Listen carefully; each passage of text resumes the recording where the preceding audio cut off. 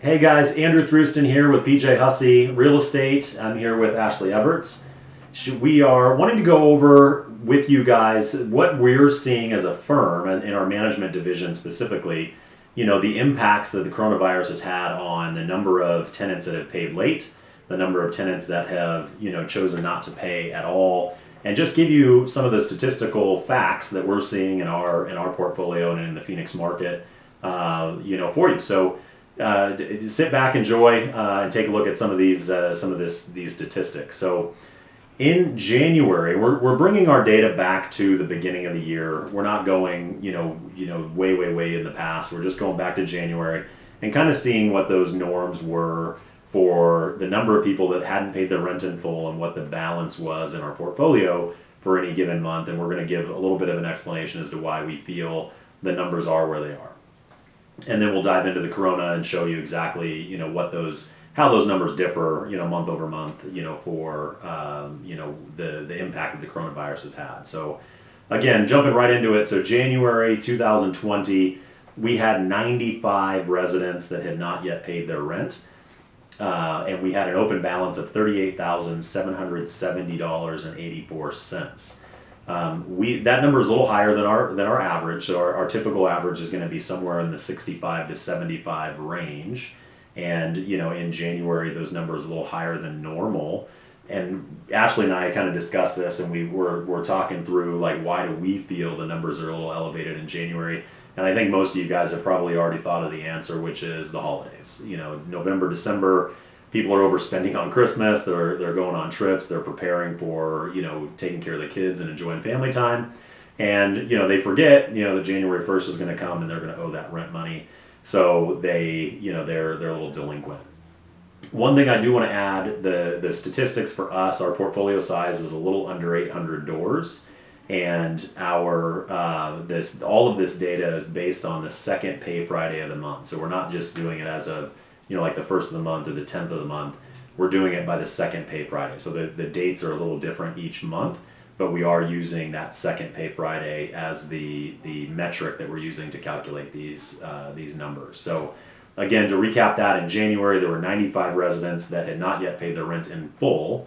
Doesn't mean that they hadn't made partial payments or made arrangements to pay a different amount, but by the second pay Friday of the month, they had not yet paid their rent in full with a $38,770 open balance.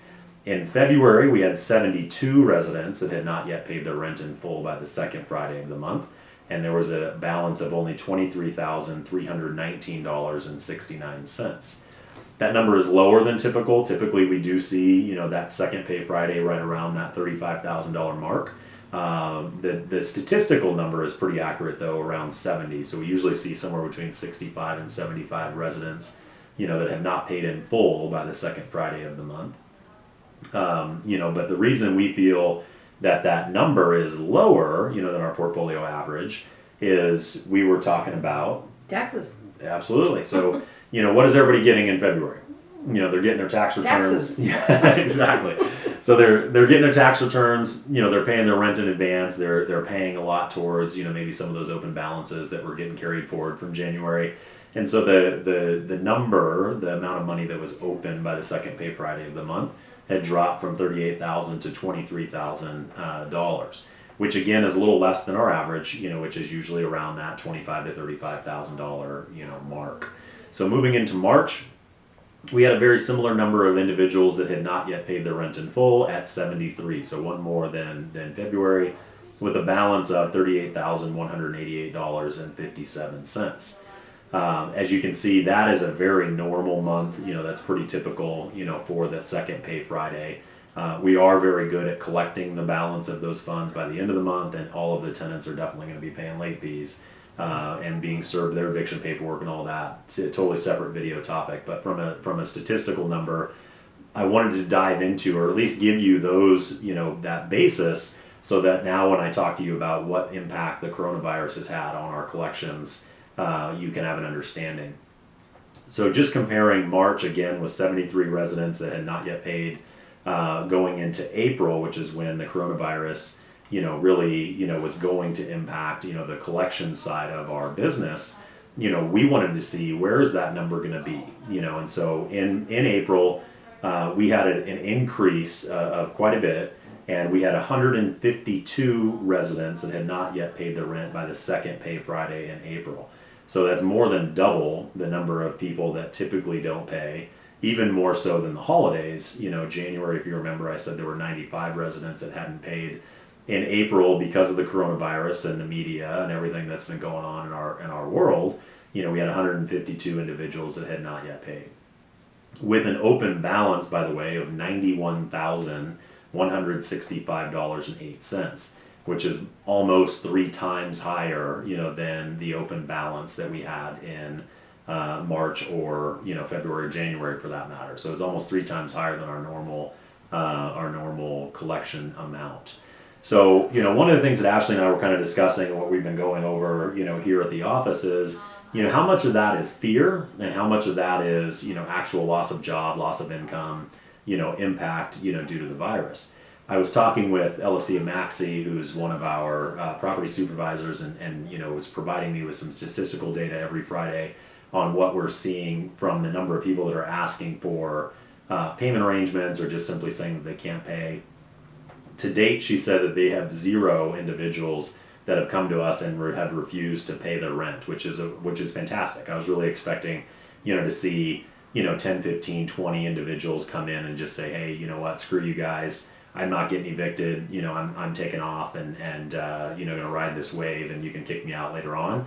I think a big part of the reason why we haven't seen any of those individuals come in and say that they're not going to pay is just simply because of the educational piece that we put out there over the last couple of months, just trying to educate our residents to say, hey, don't put yourself in a position to get evicted in 3 months, or even worse, don't put yourself in a position to owe 3 months of rent 3 months down the road. So we've done a lot of educating our residents to let them know not to dive into that. But going back to the fear or actual financial impact, I want to dive into where we're at today. So, if we use the next week, we give them one more Friday to come in and pay their rent and, kind of let things settle and let them all kind of digest what's happening from, what's going on in the world with this virus. I wanted to see what that statistical data was, come today, what had happened over the last weekend, which is why we're shooting the video for you this morning. So, over the last weekend, there were quite a few individuals, over the last week, I should say, quite a few individuals that came in and paid their rent. So the outstanding number of residents that haven't paid yet is down from 152 to 99. So in literally 1 week's time, through education, through, planning, through, payment arrangements, whatever it is, we went from 152 individuals owing at least $1 in rent down to 99 individuals owing, $1. So that's more in line with where we were in January, which is frankly pretty impressive. I was expecting these numbers to be a lot higher. Yeah. And then the biggest impact, one of the most positive things that we're seeing is the dollar amount, the outstanding amount of rent that is still owed as of today is $57,837.81. Which is obviously way less than the $91,000 that we saw last Friday. So again, I just wanted to share a lot of this really positive information with you. Yes, there was a spike in non-payments. I think we all expected that, due again to the news media, due to fear, due to people just trying to figure out what's going to happen in their lives. Now that we've, hit our 3rd pay Friday of the month, we have a couple of more paydays, available for these guys before the end of the month. But our rents, are down to only 99 folks being, outstanding, and $57,000 of an open balance, which is fantastic. And just to give you a little bit more on that, if we take the 57,000 and subtract it from, kind of that average around the 38,000 that was owed in January and March, there's a difference of less than 20 grand of fluctuation. So if we're going from 38,000 to 57,000, you're roughly $19,000 of increased, rents that have not yet been collected. So, that's just some information I wanted to share with you guys. I feel that this is really, really positive news. I think it's a really good, positive news for the valley. I think it's good for obviously our portfolio and our investors. We're looking out for you guys on a daily basis, tracking the statistics and making sure that we understand, how we as a firm need to react to make sure that we're protecting you guys.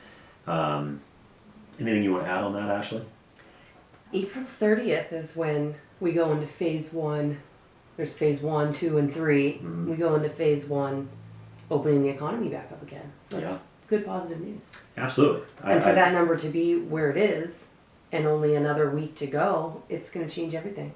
I totally agree. So we'll do this again. I think we should do this again in May and just really, just show everybody exactly what these impacts are. So guys, stay tuned. We love you guys. Stay safe. We want you guys to call us if you have any questions. Depending on how you're receiving this video, you can comment below. You can reach out to us. Our phone number is 623-930-7700.